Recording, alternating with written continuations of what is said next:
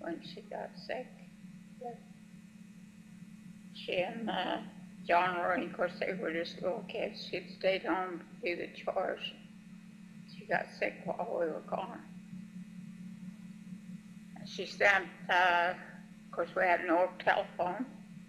She sent John Lorraine out to the road to wait and try to flag somebody down to get help for her.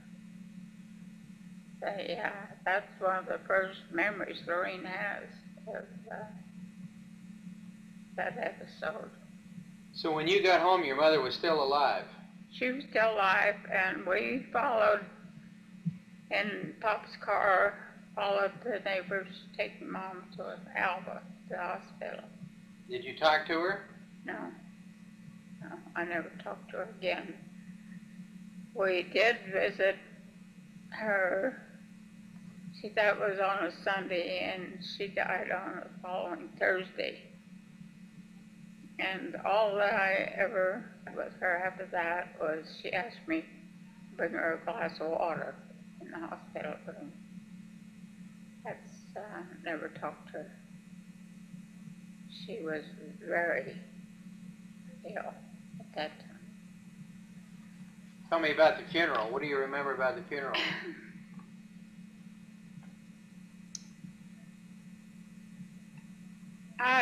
It was a very traumatic experience for a kid. I had never seen a dead person before. And I remember one of the songs they sang was The Old Rugged Cross. It's one of her favorite songs. And then I remember when we were filing past the casket, Dad leaned over and kissed her, and I couldn't figure out how in the world he could do that. It was,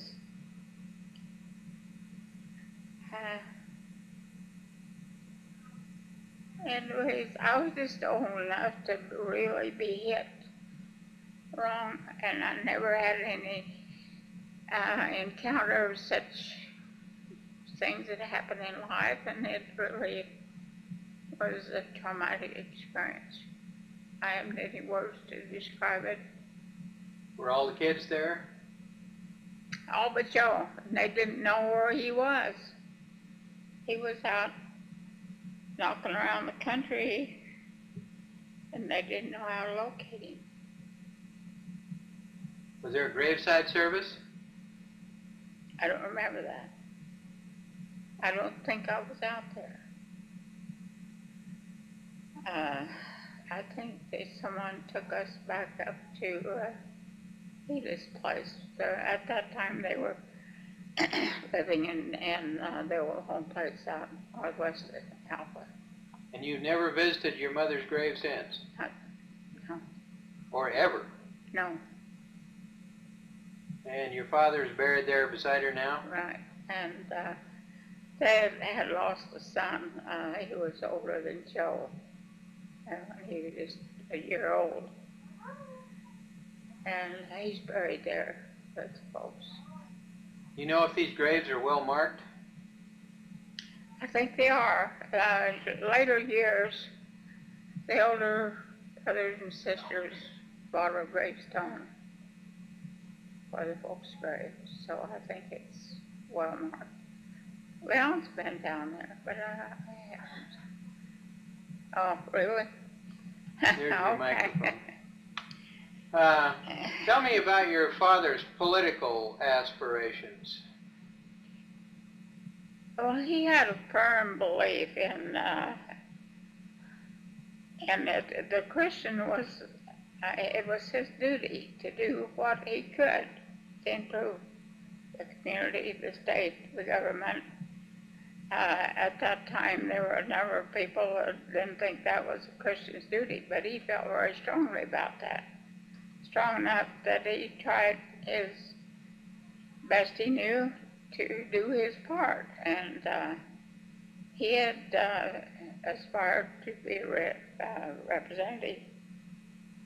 He used to take Erlene with him, I guess, on some of these, I suppose now they would call it campaign trips Are we talking about Kansas? He did some of that in Oklahoma before they moved. Now you say he wanted to be a representative, a state representative or a congressman? State representative.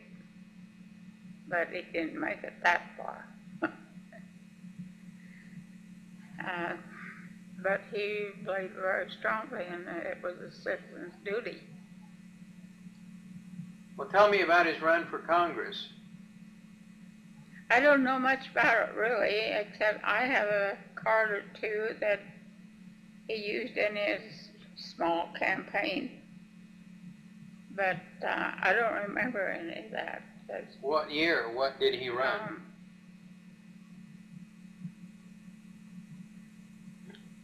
Then must have been along about 27, 28. 28 probably. I'd have to get the card out again and look at them. And I got them someplace, but I don't remember exactly. What political party was he running on? Independent. Independent? Independent. What did he stand for? He got me. Did he do a lot of door-to-door campaigning? Well, in the area where he lived, that was fairly complicated. He did distribute this cards that he had printed up, but I don't remember whether he took them himself or mailed them. But I'm just not very well versed in how he conducted. Probably because I didn't pay that much attention. You know where he stood on prohibition? Oh yes, I sure do. He was dead against any kind of liquor. He was a young man before he was married, and he'd made the remark that he'd never tasted it. Well, a group of young people he was associated with decided, okay, they're going to fix that, so they took him down, held him down, and poured it in his face, so he'd have to taste it. He couldn't say that anymore. But he was strong against any alcohol use. I mean, strong. The Quakers, I guess, in earlier years had imbibed a little. They weren't as dead set against alcohol use as Pop was. And I really can't answer why, where all that, but he felt very strongly that it was wrong. It destroyed people's lives. And he wouldn't even taste it. He said, why play with fire? He might get burned. And yet, in his later years, he consumed alcohol in the form of geritol, did he not? Well, he did a lot of self-doctoring, and he took considerable, then they call it patent medicine. Patent medicine. Yeah. And I had an uncle who used to think that was funny. He claimed that Solomon used it because of the alcohol content. But that probably would have scared Pop to death. Which uncle claimed that? Oh, Mom's sister, Lane Collins, her husband.